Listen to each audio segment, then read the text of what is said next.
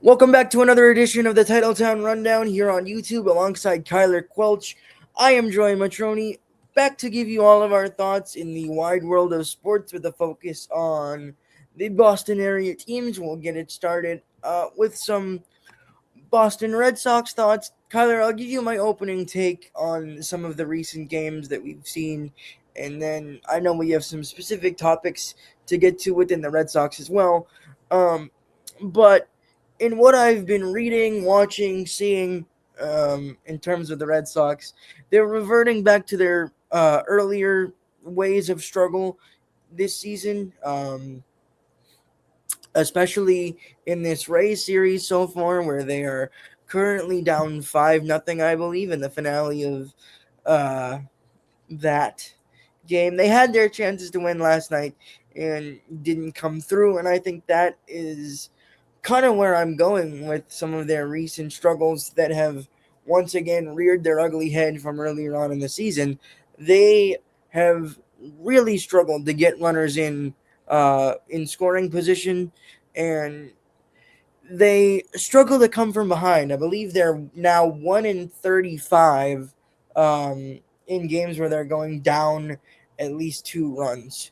So the fact that there is such a short grace period for their starting pitchers in terms of keeping them in game is because their offense has seen so much struggle so far that they don't really feel like they can get back into games, and comebacks have been not really there for them. And also, too, they haven't really been able to build momentum. We've seen good games put together where they have strong starting pitching and they score enough runs to win the game.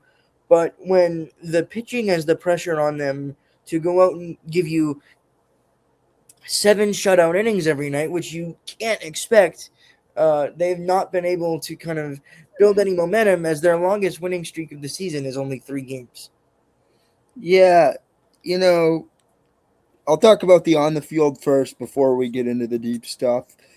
I think, this has been a pattern for them the last couple of years. I mean, sure, last year they kind of figured it out kind of at the end.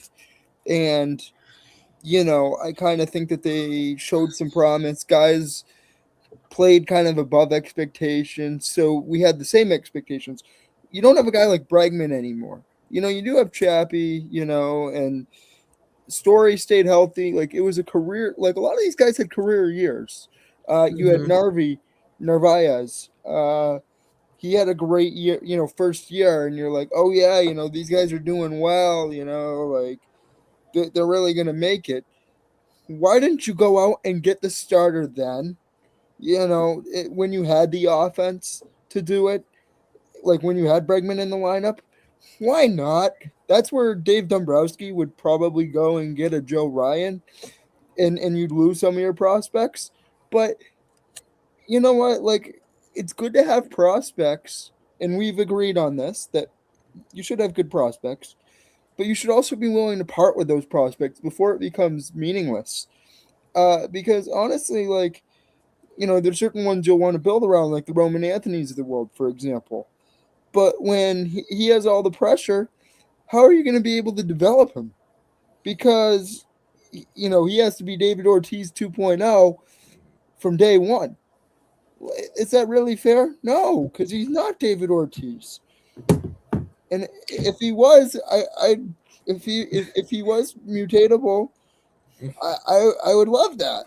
But the reality of this is we don't need to go dystopian and science fictional over here.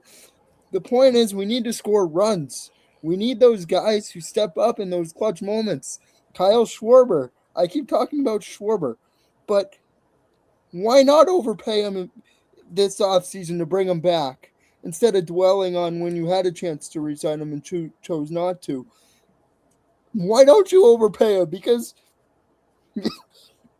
he's one of the best hitters in the league. You could also bring in a guy like a Bregman back. You could bring in a Boba Fett. There were several names. You could have even gotten Alonso and Contreras, and had Contreras be like your DH, or or Alonso, and maybe rotate those guys. I would like to see a little more. Oh, uh, you know, like we see. Oh, we don't want to go over the luxury. Well, do you want a fan base that's unhappy, or do you want to, or is it just about the bottom line at this point? Because look, your your offense can't even hit off of a tee. Like I don't know what to do at this point. And Brian Bayo, he can't start in the first inning, but he comes in the second inning, and it's like, where were you like 2 starts ago? Like when you actually started the game? Like this is getting to the point where it's like, no, I don't even think it's about the physical capabilities. I think it's about mental preparation and disorganization in the organization.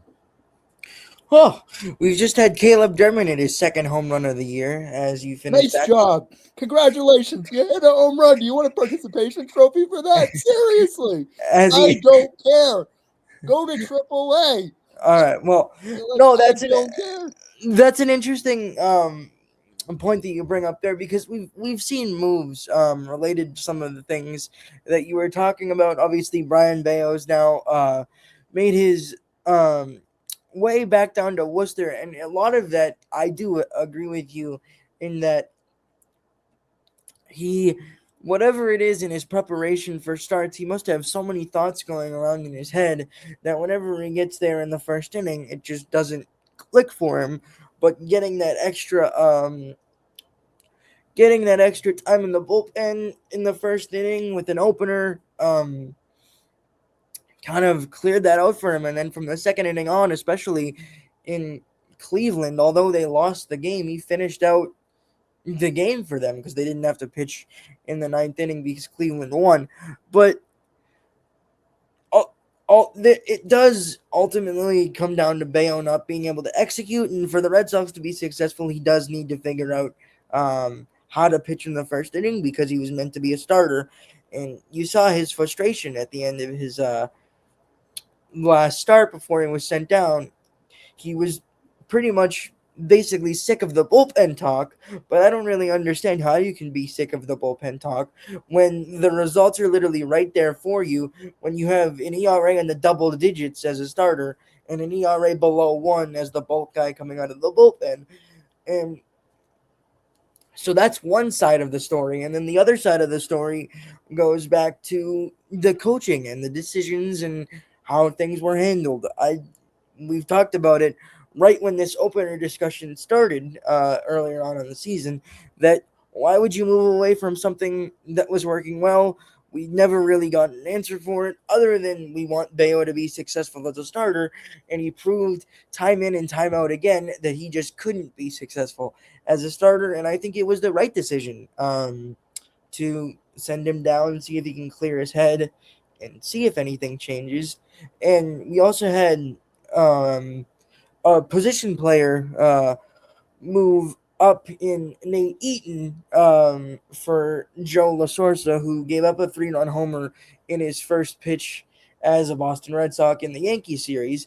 But that was an interesting piece of movement because there was a discussion about around that around that time about Marcelo Meyer and how he was going to contribute to this team down the stretch because he was hitting below 200 in May. So he clearly wasn't getting it done at the plate, but you kept him in there for his defense because that's what he's really known for. And his bat, unfortunately, really hasn't translated to the major league level, similar to Christian Campbell, who's also now struggling offensively down in Worcester. But the roster construction as a whole really isn't panning out. You've had Crochet and Anthony, who you mentioned earlier, Kyler, both now on the IL for way longer than you would hope for any team. And um, this doesn't seem like the team as a whole is going in a positive direction. They're 11 games below 500, possibly on their way to going 12 under for the first time since 2020. And this brings us into our topic of discussion from the outside related to this, and ownership's decision to keep Craig Breslow around, which ultimately means that he's going to be here for the trade deadline, and this is going to be a piece of discussion for us, no matter if we got this. No matter if we got the news from John Henry that they weren't looking to fire him, we are probably going to have a discussion about what the trade deadline was going to look like. And I can pretty much guarantee our listeners that we were both going to say we wanted him to be gone before the deadline, because simply it doesn't seem like he's going to put the team in a good position to succeed in the future. Yeah, Joey, I'm gonna have one of my moments here where I'm gonna kind of preach, but I think that we look at what makes an organization successful, and I talked about this last week with the Patriots, and when the Patriots got rid of Brady, and they were for about this amount of seasons, like 6 seasons or so, they were kind of at the bottom, and they made some mistakes as an ownership group. But the difference is Robert Kraft said, "I'm sorry to the fans. Listen, I'm gonna bring this thing back. I'm gonna make it right." Hires Vrabel, drafts, forces Belichick to bring in Drake May, and honestly, like those moves really made it from a less desirable place to be to a more desirable place to be in less than 2 years, proving my point that ownership, you know what, you could have the Lord himself playing for you. Um, if you're a Christian or whatever, but I don't think that would save you. I don't. I like you have to have good leadership, and the fact that John Henry, there's been reports of John Henry saying that he was unsatisfied, and Theo Epstein, whose guy was Craig Breslow, saying, "Oh, like I'm not happy with the direction, and we need to kind of go away from the analytical game." Okay, how do we actually do that? And John Henry saying that he's not going to get rid of Breslow. How are things going to change if you keep it the same? Like, it's literally, I can literally call it right now. You have minor league coaches coaching major league guys, and it looks like a minor league team out there because you can't even hit a wiffle ball or a beach ball or hit off of a tee. So what's the point? What are we doing anymore? Do you need a compass? Because you guys all look lost. I that's one way to put it for sure. But I think to kind of put it back into the baseball sense again, I agree with your sentiment there, because I think that they are still technically in contention, no matter how badly they've been playing, because of how down the American League has been this year. And I think that that's going to end up being what ownership and whether Craig Breslow believes this himself or not, we'll never know because he's so robotic. But they're going to be looking more uh, at the fact that they are closer. They're going to believe that they're closer to getting into the wild card because of how down the American League is, rather than looking at how close they are to being the worst team in the league. And I think that that's going to cause them to go out and make moves to add to this team. When you have so many veterans that could be on the trade block at the deadline, whether that be Wilson Contreras, whether that be Sonny Gray, whether that be Aroldis Chapman, who seems like he might be the most likely guy to be traded out of that group so far. And I these guys are playing well enough where you're gonna get something for them, and then you continue to build around Roman Anthony, assuming he can get healthy. You're not gonna get rid of Rangers Suarez because you just signed him to a long-term deal this offseason.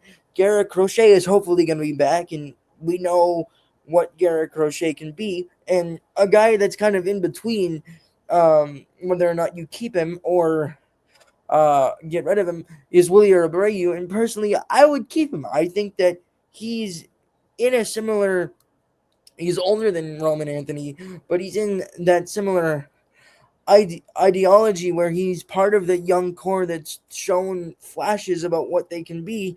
He's going to be your power hitter in years to come if you decide to keep him. So he's one of the ones that I would build around, and then you can have discussions about Jaron Duran, but I think Jaron Duran is valued higher by the Red Sox than most of the league. So I think that becomes part of the um, discussion. And then you'll also have to look at Cedon Rafaela, who is arguably one of the best defenders in the league, but his consistency with the bat leaves something to be desired every once in a while, because he can go through very hot stretches where he's knocking the cover off the ball, but then he struggled most in his career with expanding the zone and swinging at pitches that he knows he shouldn't, but he just can't lay off. Uh, but I think that the defense is so strong with Rafaela that he's another one that would probably be part of that young core that stays. Yeah, I agree with you.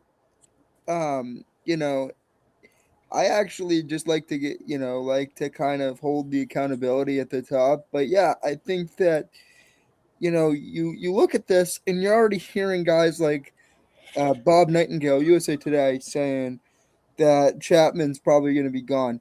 And I fault ownership for this because you've let this go on for so long that even me as a diehard Red Sox fan, if it means that I have to tune out and not pay attention to you so that you go get somebody good in the off season, I'm all for it.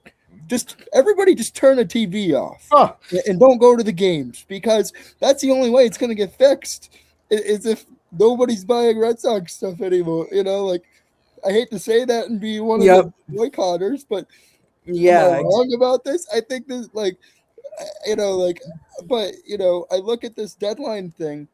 If you really want a good rebuild, why don't you pick somebody that you think would be good at rebuilding it? Or just put Theo Epstein back in there so that we know what we're getting because Craig Breslow has not been the best at trades, especially in season. Off season, he's better because he gets like guys like Crochet, Contreras, Gray, whatever. But in the season, he's not good at making trades. He's No, not. and I think that that's interesting that you say that. And then I have another point after this, but it's interesting that you say that because he's made trades with only a limited number of teams so far.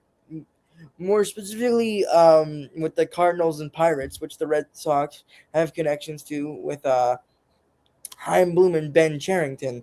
But I think what's an interesting piece of the Red Sox and how they've been playing as in the top of the eighth inning just now, Cedon Rafaela made it a 1-run game, 5-4 with a 3-run homer.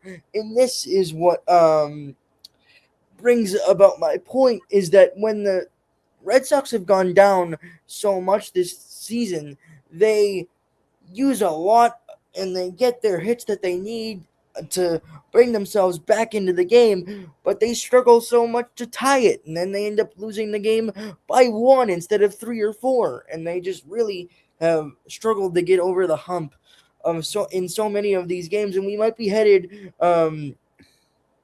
for another game like this as they've made their way back within 1, but we'll see if they can get that 5th run to tie up the game in the next 4 outs or so.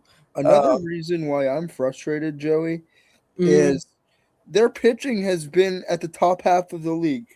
There's only one category that they really kind of struggled in kind of throughout the year in the pitching department. But then with their offense, they're 30th in home runs, yeah, Joey. they. Like you want to start taking swings, Joey? I think we should start taking swings. Like I really do. And Yeah, guess what? They can sign us for minimums, and then we can get great health insurance, and we don't have to worry about it. But yeah, like it's like I joke about this, but at the same time, John Henry loves to save a buck, and I think yeah, it's kind of like okay, if you're gonna do this, what do you think is the way forward because, I also listened to Buster Olney as well, Joey, where he was on Hmm. with the new WEEI show with Ted Johnson and Rich shirton Rich. league. Yep. Yep, and with Ted and Rich, whatever they call that show, they call it kind of a lame name. So Rich and Ken with Ted, but that's yeah, besides the yeah, point. but Go. but it's Rich and it's Ted. We know who Rich and Ted are. Uh, Ted is a larger than life individual anyway. So who won a couple Super Bowls with the Patriots. So, and I look at this and I was listening to Olney, and I respect Olney because he's been around it forever and he kind of knows sources. He gets the inside scoop, and people tend to talk to him more. And, when I hear words like, or when I hear questions like, what are the vibes like, within the organization, and I hear the word terrible, who else am I going to talk about other than ownership? Because they have to take ownership of what they own. Like, like we could talk about, oh yeah, they don't hit home runs or whatever. That's on ownership. Like, like trading Betts, trading Schwarber, or not trading Schwarber, but letting Schwarber go. And letting Bregman leave. You don't have that guidance. You don't have that consistency. You don't have accountability, which is needed. And now, you don't have one of the respected managers, as Olney was saying, and Alex Cora. You got rid of the one respectable thing you had, and now you have nothing. Hmm. So, like he's kind of confused about where they're going to go to, because he's like, they're targeting a bat, but ownership is making calls because nobody respects Craig Breslow. Not only are they looking for a bat, but they've come out and said in that Buster Only report that they're willing to take on a bad contract because they're realizing now how much of a mistake they've made in forgetting to address that. Or I won't say forgetting to address that because they did add Wilson Contreras, but that was as far as they went. And then they've seen how this offense has operated. So far this season, and they're near the bottom in home runs, and their fundamental offensive time is lacking, and that's especially evident when you're going up against a team like the Rays in this series, where they're willing to bunt anytime they get the chance, and they're very good at it, and they get their runs in and sack flies and such, and now on the fly, like you said, the Sox are trying to make changes, but then again, they lack a great relationship with a lot of these teams in the league because they've made trades with a very few number of teams, like the Cardinals, the Pirates, teams that are also trying to uh, figure out their futures as well. I think the only way to fix this, Joey, is by bringing in a couple guys who are respected. Like bringing in somebody like Dave Dombrowski, not Dave Dombrowski, but bringing in somebody like that who's respected by the league, or a Theo, have Theo go back into that role if he absolutely has to. Like they need somebody who's respected to run things, and then they need to get a manager who's also respected, and that would bring things back, I think. I guess my biggest worry with that is within the search, which we don't know what year that search is going to come at this point. I wouldn't Although it doesn't seem like Breslow is going to be fired yet, it wouldn't shock me if he's fired at the end of the season, Oh, he's which would going to be. He's going to be. If it. they're in the basement, they're going to be. But at that point, that becomes another point of discussion as to why even why let him finish out the season? Because if he knows he's not coming back, he's not going to help you in any way at the trade deadline. We're all Uh, drinking margaritas, Joey. Don't you get it? Like this is, this is no, this is my problem with this, Joey. I'm sorry to interrupt, but at the same time, I think what you're saying is that management isn't sticking with things that work, and then they make decisions that make it even worse. They don't address those issues. They don't hold people accountable. And, you know, why is Breslow going to rebuild the team when he's not going to be here at the end of the year? And then I don't even think that he's gonna at the deadline, if he knows he's gonna be out the door soon enough, why would he even take the time to make moves that are gonna make the team better? He's just gonna run them into the ground, I would kind of assume, and force the next guy to build them right back up. And then that um, brings up the rest of my point in that if they do decide to get rid of him, my next speculation would be, do John Henry and company look for someone that's closely aligned with them in terms of spending? Because if they do that, then we're going to be once again locked in a cycle of operating as a small market team in one of the biggest markets in sports.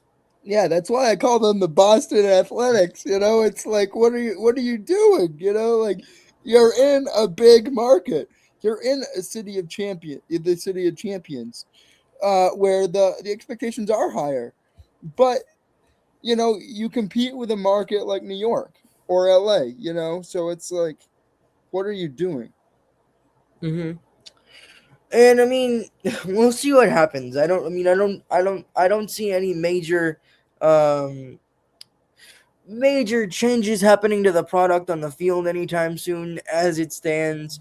But unfortunately, I'm the type of guy where I've grown so much to fall in love with baseball that I don't see myself stopping watching the Red Sox anytime soon, no matter how much they See, might that's a frustrate. problem. Is they know that people are going to still tune in, so they're not going to do anything about it. Yeah, that's exactly right. So, And then you know, like again, I disagree with you, and I'm a diehard Red Sox fan. Like I would bleed, you know, I'm going to bleed red anyway.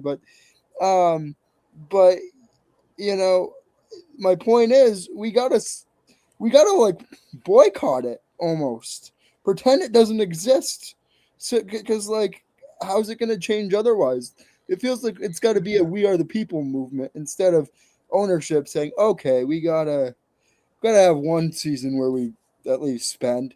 And you know, I'm not criticizing you, Joey. You're a good fan, and I respect you for it. But well, I'm I'll tell sick you of right. it. I'll tell you right now. Justin Slayton just gave up another two-run homer, so they're Great back. job, great job. They're back down by three. So I guess I can focus back in They're on gonna any. finish with the worst record in the league. Okay, well, we'll find out if that actually happens.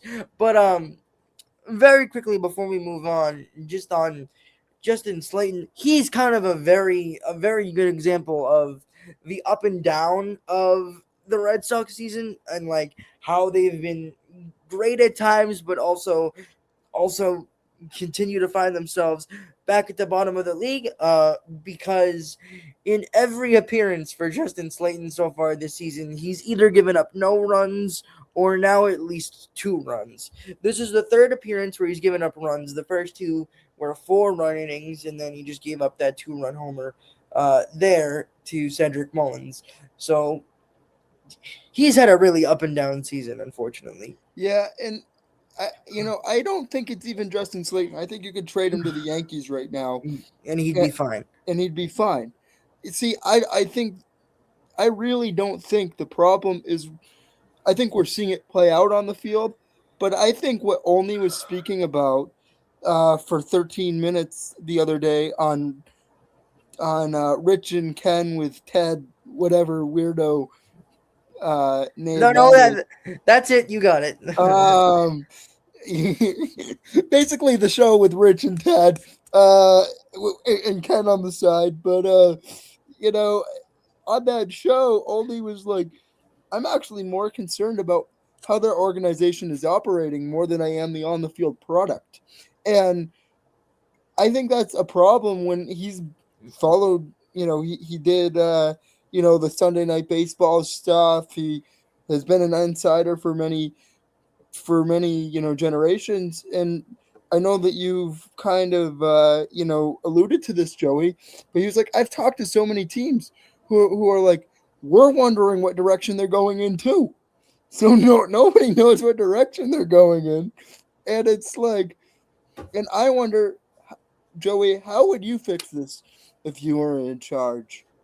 Well, I think that I've made it known that I wouldn't want Breslow at the head of the deadline.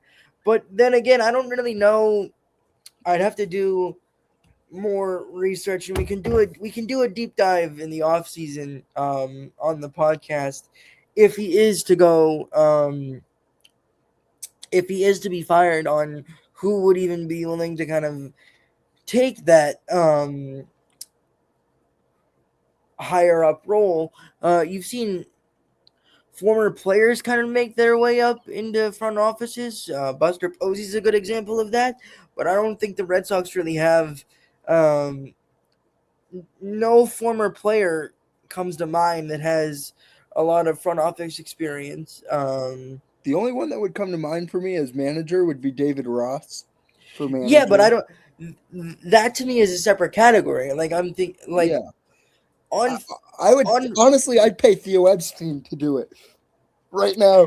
Fire sale, fire sale. Let's go, Theo. What can you do? What move do Well, you still have left up your sleeve?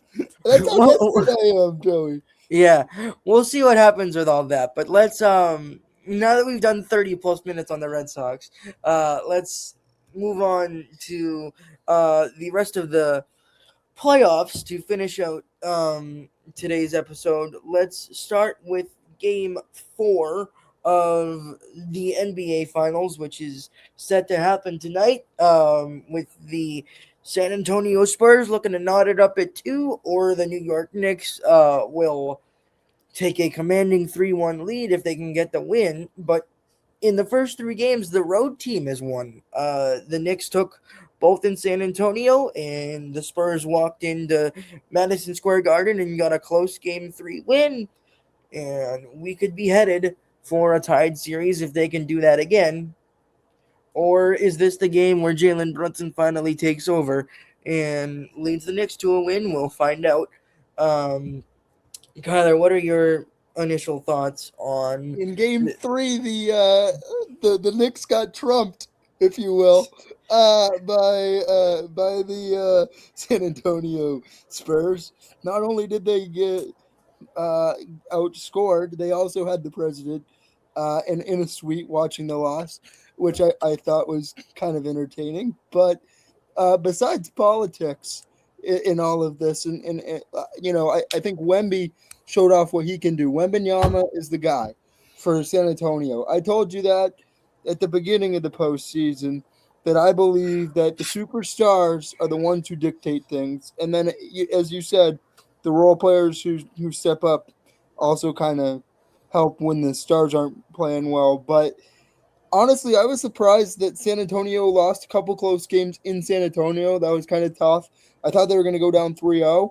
And I think game 4 is the most pivotal game, because if you lose, you're down 3-1. If you win, you're right back in it. So, Yep, just ask the Carolina Hurricanes. yeah, and the Hurricanes got the Hurricane in the third period. We'll talk about that later. But certainly to me, I've heard like, oh yeah, fouls, NBA, that happens, and things get extended and It, whatever. But it's gonna be a part of the game. I mean, it was yeah, even yeah, more. that's why I don't really watch the NBA anymore, if I'm being honest. But it's like the WWE. It really is as scripted as it gets, but especially with the money lines now. But that's a different story. But like what's actually impressed me about the Knicks is how like Jalen Brunson and company step up in the big moments. Like Hmm. they actually, like, they aren't the most skilled team. Like I think the Celtics have like Tatum and Brown, like really skilled guys. But even Tatum isn't the most clutch guy. Like Brown loves those, really close contests. But like Jalen Brunson will like hit a buzzer beater like Peyton Pritchard will. You know what I mean? Like he's one Hmm. of those guys that like just kind of like is clutch, or like OG, or like these guys that have played together, Bridges even, it's Yeah, and like they find ways to win, like they're winners.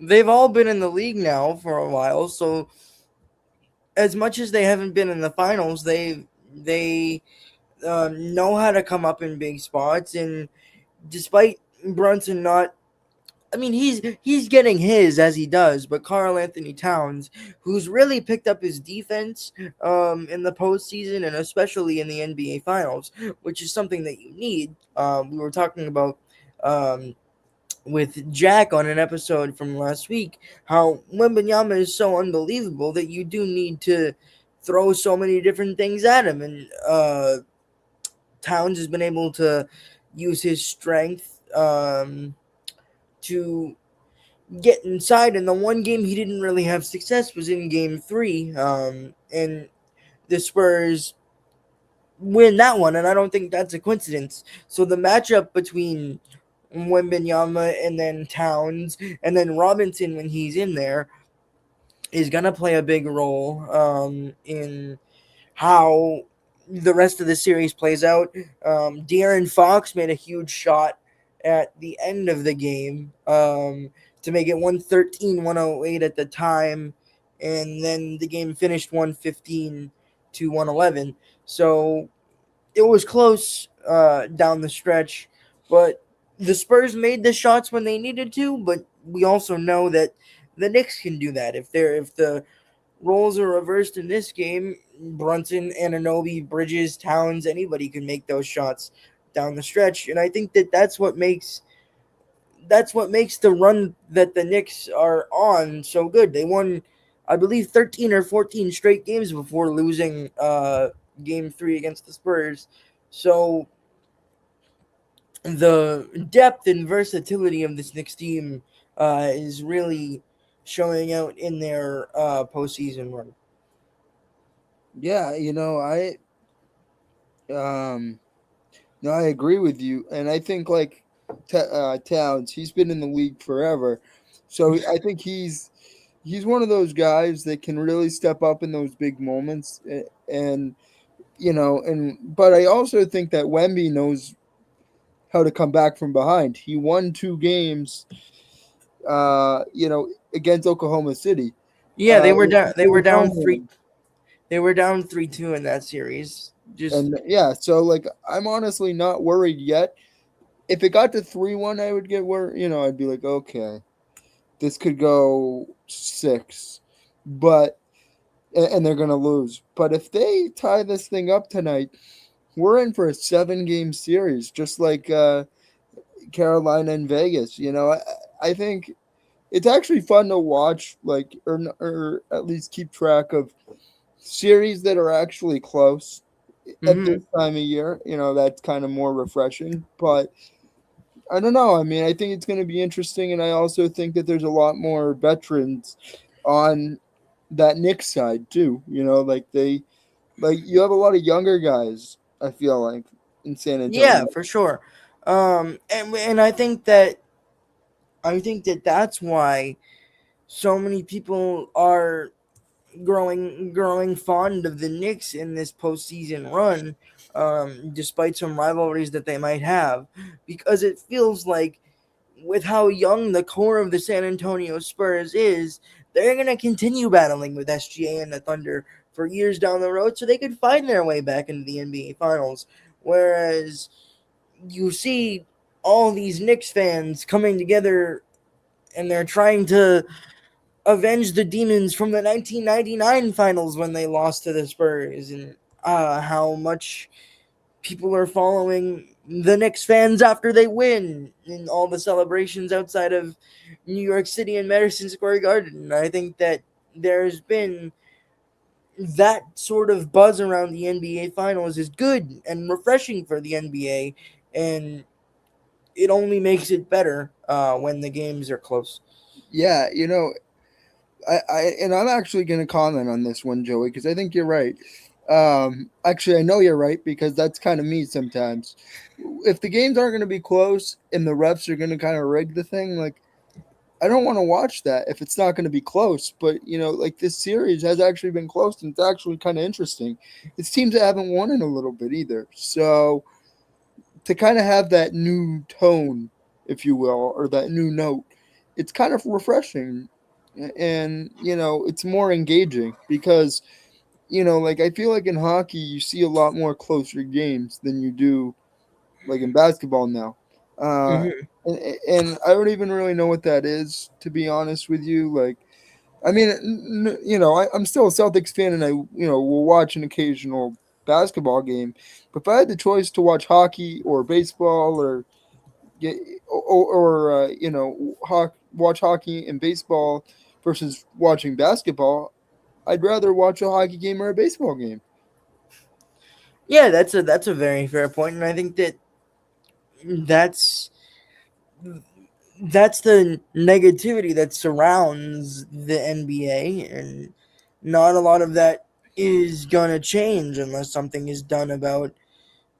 Are you bringing physicality back into the game? And Yeah, like let's bring Larry Bird and Bill Laimbeer back. but I think that in a sense, despite some of the complaining about the fouling, this series has been physical, and I think that a lot of what the complaining has been is the fact that there have been fouls missed. But I think that there's a section of NBA fans that's what they want. They want games to be decided on the court rather than the free throw line. So I think that there is a sort of uh, a piece of nostalgia that is coming with some of these games. But let's move on to the 2-2 series in the Stanley Cup Finals to finish it off. Carolina gets it done. They win 5-3 on the back of a strong start on offense, and Jordan Stahl had two goals, one of which was unbelievable. He was falling down on his stomach as he just found his way towards the net, got his stick on the puck as he was falling on his stomach near the net, got just enough on it to get over the pad of Carter Hart. That gave him the lead, and Nikolai Ehlers added on the empty netter from the length of the ice to make it 5-3, and Carolina notches that series up at two apiece. What a great series. I know I've been saying that all show. I know you're probably sick of it at this point, Joey. What a physical series. That's real physical. You know what I mean? How about put your body on the line, Joey? That's what I'm Mm-hmm. looking for in the NBA. I know in Sportscom, Chuck Scott kind of teased me a little bit for creating a game where it was all about like checking and shooting the basketball. But I like a little physicality, like wear some shoulder pads, wear some knee Yep. pads, get out there, you know. But let's make this a little more physical. Let's bring back Larry Bird and Bill Laimbeer, and you certainly see a little bit of that physicality in the hockey series. And I think that that sport's a little bit more physical. So I think you're going to see more of that. But these two teams are the hottest teams in the NHL right now. They may not Yeah. always be the most skilled, like certainly Colorado or like a Tampa Bay. You'd love to see a team like that kind of in it, or even like the Oilers. But like, I think what you're seeing is that these two teams are the grittiest, and Yeah. like the my point here is that like Vegas, for example, they had the least amount of points by a team in the Stanley Cup playoffs to make the finals since like 2002 or something like that. So like it's unheard of, and who I and who better to have than Tortorella to fire you up, but Mhm. since when he was coaching, but I think he, is really getting to those players, and I think that they had the right pieces, but maybe not the right message in the locker room. But I'm wondering, how is this series going to end, because neither team really holds a lead. Yeah. It kind of comes down to the end, and then in Game 3, you saw a crazy win by Vegas after they Yeah. lost their lead. But it's all Mhm. about hockey's all about momentum. But at the same time, I love seeing these back and forth games because you don't know who's really going to win it. Yeah, and I think just looking at the series as a whole, up until yesterday with the 5-3 win from Carolina, every game was a one-goal game, and then past that, the least amount of goals scored in any game in this series has been 7. It's been anywhere from 7 to 9 goals in the game, which really tells you that it's really hard for either of these teams to separate because they are both playing so well at the right time that even if you get a 2-goal lead, it's not safe. Everybody knows it's cliche at this point, but everyone says the worst lead in hockey is a 2-goal lead. I'd Um, rather have a 3 goal or a 1 goal, Joey. but I think that watching a series where neither of the two teams can really separate themselves and it's so close all the way through has just been so cool. Both of the crowd atmospheres have been great. So far in the Stanley Cup Final, the Seth Jarvis overtime winner was great to see earlier on in the series. That was a great stretch of overtime up until the goal as well. Brandon Bussey, a former Bruin, was in net for Freddie Anderson in Game 4, and he gets a win for Carolina. Yeah, So he, I feel like too. Who wants to be a goaltender in this series? Nobody. yeah, 'Cause there's so. I actually do think there is so much talent and so much depth. I feel like you can get scoring from lines 1 through 4, or pairing 1 through 3 on defense. Like yeah, anybody for can sure. score, and that's huge. And Mark Stone's been a big one for Vegas. Whenever they get into those late moments and they need the big play, he's just you know such a veteran presence, and I don't know how to really state that. Like like it's so important. And Howden, like Howden scored I don't know how many goals, and Yeah, then it's like, and I know McNabb's been out, but before that game where he got hit in the hand, which isn't fun. I've done that, by the way. Um, yeah, Before that, he had a game where he had 3 assists as a defenseman. So like everybody is contributing on both sides, and I just talked about Vegas for an example, but I think it's more about who's going to want it more when those aches and pains really set in or the nerves really set in. It's yeah. going to come down to those final games. It really is.